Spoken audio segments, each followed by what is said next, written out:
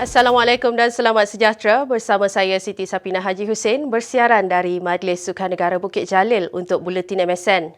Kita mulakan buletin dengan rangkuman aktiviti sepanjang minggu. Jom saksikan. Karnival Bakat Kebangsaan Siri 3 2023 telah berlangsung pada 26 hingga 29 Oktober menyaksikan negeri Terengganu dipilih menjadi venue 5 sukan yang terdiri daripada berbasikal, olahraga dan 3 lagi sukan yang julung kali dipertandingkan dalam Karnival Bakat iaitu sukan padaran di Duyung Marina and Resort, manakala pingpong dan sukan judo di Stadium Tertutup Kompleks Sukan Negeri Terengganu.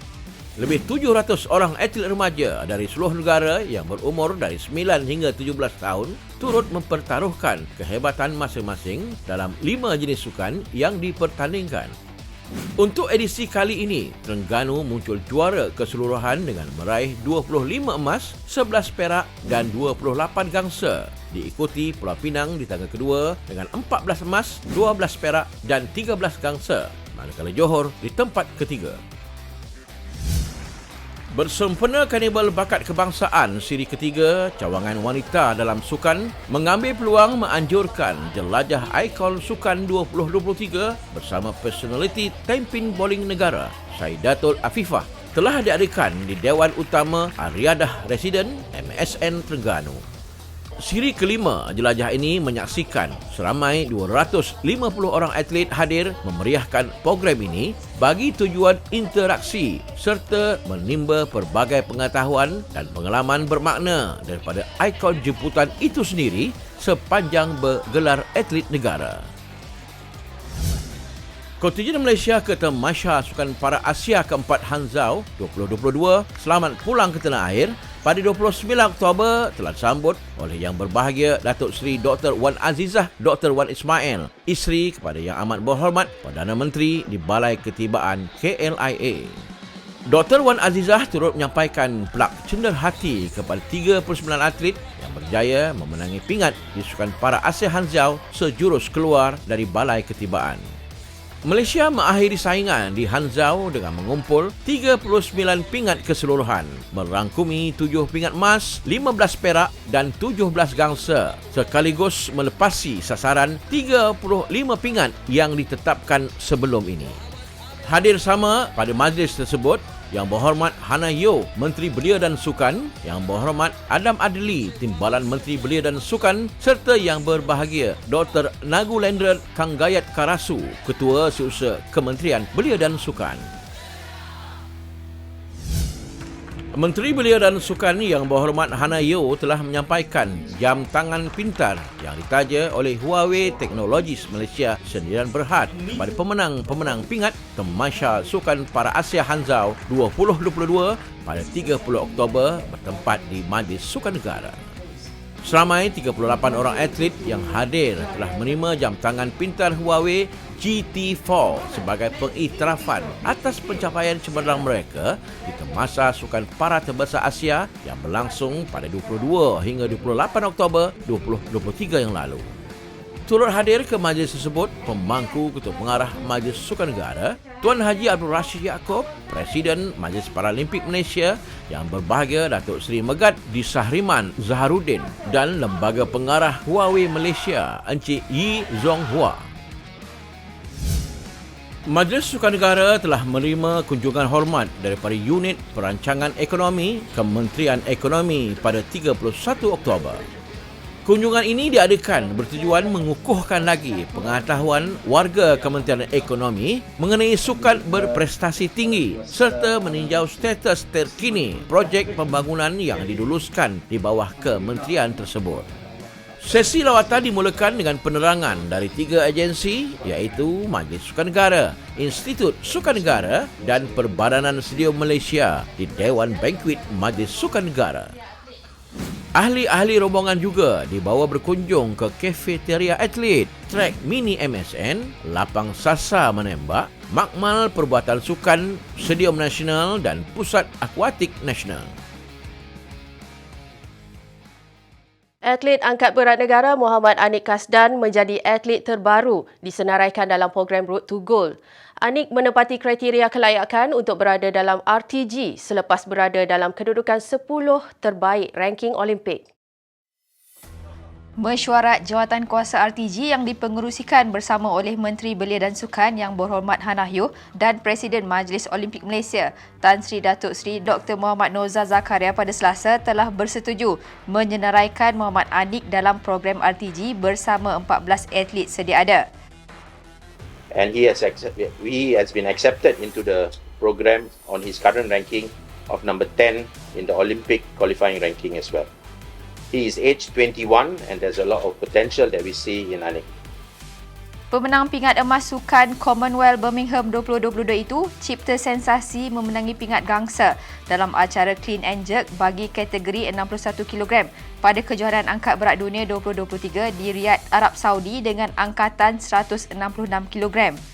Atlet berusia 21 tahun itu melakukan angkatan 125 kg dalam acara snatch dengan mengumpul keseluruhan 291 kg sekaligus memecah rekod kebangsaan bagi kategori 61 kg. Dalam pada itu, pasangan bergu campuran negara Tan Kian Meng Lai Pei-jing dan Goh Sun Huat Chevon Lai serta pasukan hoki lelaki kebangsaan telah digugurkan daripada program RTG.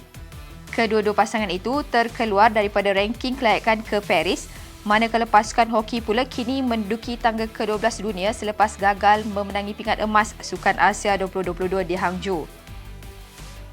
Message saya kepada mereka adalah sekarang dalam 10 bulan lagi ke Paris, kita akan bermesyuarat lebih kerap untuk melihat ranking mereka. Dan ini kita tak boleh elak, kita perlukan daripada atlet adalah konsistensi. Bermaksud ranking dia semakin dekat dengan Paris, ranking dia patutnya semakin naik. Bukan semakin jauh lah. Okay? So ini yang kita harapkan daripada mereka. Mereka perlu bagi kita konsistensi. Sementara itu, squash yang bakal dipertandingkan buat pertama kalinya pada Sukan Olimpik Los Angeles 2028, Jawatankuasa RTG telah memberikan tanggungjawab kepada legenda squash negara yang juga timbalan chef dimission Sukan Olimpik Paris 2024, Datuk Nicole and David untuk menerajui plan strategik untuk kemasukan sukan itu ke dalam program RTG. Berikut senarai terkini atlet dalam program RTG.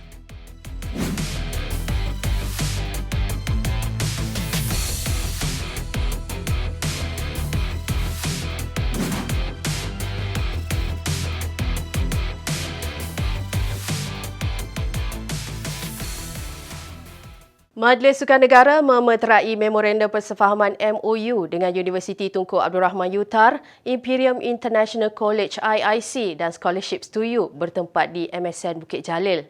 Inisiatif Kementerian Belia dan Sukan menerusi MSN dengan pemegang taruh dalam bidang pendidikan ini bertujuan untuk pembangunan dan kemajuan atlet serta dapat menggalakkan lebih ramai atlet dan bekas atlet untuk melanjutkan pengajian ke peringkat lebih tinggi. Menteri Belia dan Sukan amat berbesar hati mengalu-alukan kesudian kerjasama dan kehadiran Universiti Tunku Abdul Rahman UTAR, Imperial International College IIC dan Scholarship to You Sdn Bhd dalam majlis menandatangani Memorandum of Understanding bersama Majlis Sukan Negara pada Rabu. Hannah Yeoh juga berharap dengan perjanjian yang dimeterai ini dapat menyediakan peluang pendidikan buat atlet untuk memperoleh masa depan dan kerjaya yang lebih baik. Teka-teki siapakah yang menggantikan mantan Ketua Pengarah Majlis Sukan Negara yang berbahagia Datuk Ahmad Syafawi Ismail yang bersara pada 28 September lalu kini terlerai apabila Tuan Haji Abdul Rashid Yaakob dilantik ke jawatan tersebut berkuat kuasa 1 November 2023. Menerusi pengumuman Yang Berhormat Hannah Yeoh pada Rabu, beliau berharap mandat yang diberikan akan memperkasakan lagi perkhidmatan Majlis Sukan Negara kepada semua. Yang Berhormat Hannah Yeoh yang ditemui selepas menyaksikan majlis menandatangani MOU mengenai penawaran melanjutkan pengajian tinggi kepada atlet antara Majlis Sukan Negara dengan Universiti Tunku Abdul Rahman UTAR, Imperial International College IIC dan Scholarships to You Sdn Bhd telah mengumumkan secara rasmi berita pelantikan tersebut. Jadi semalam Majlis Sukan Negara Board kita telah bermesyuarat dan kita telah membuat keputusan untuk sebulat suara melantik Encik Abdul Rashid bin Yaakob atas pelantikan sebagai Ketua Pengarah Majlis Sukan Negara berkuat kuasa 1 November iaitu hari ini. Dan Encik Abdul Rashid telah lama berkhidmat di Majlis Sukan Negara dan kami percaya dengan mandat baru yang diberikan kepada beliau akan bersama-sama Kementerian Belia dan Sukan memperkasakan lagi perkhidmatan Majlis Sukan Negara kepada semualah.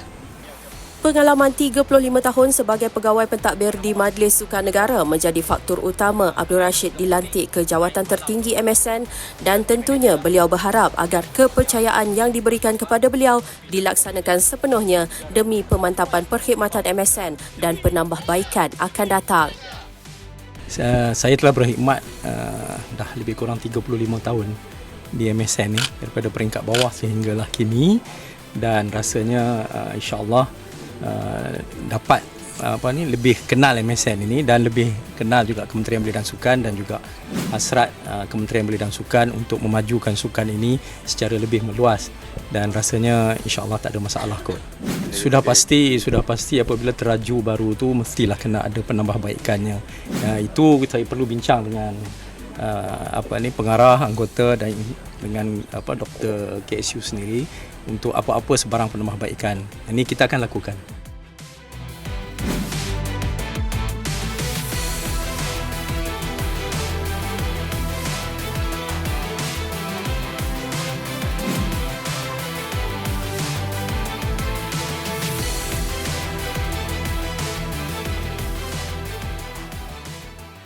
Laporan tadi mengakhiri buletin edisi kali ini. Sebelum berpisah, jom kita saksikan minggu ini dalam sejarah sukan negara. Sehingga kita bertemu lagi di edisi akan datang.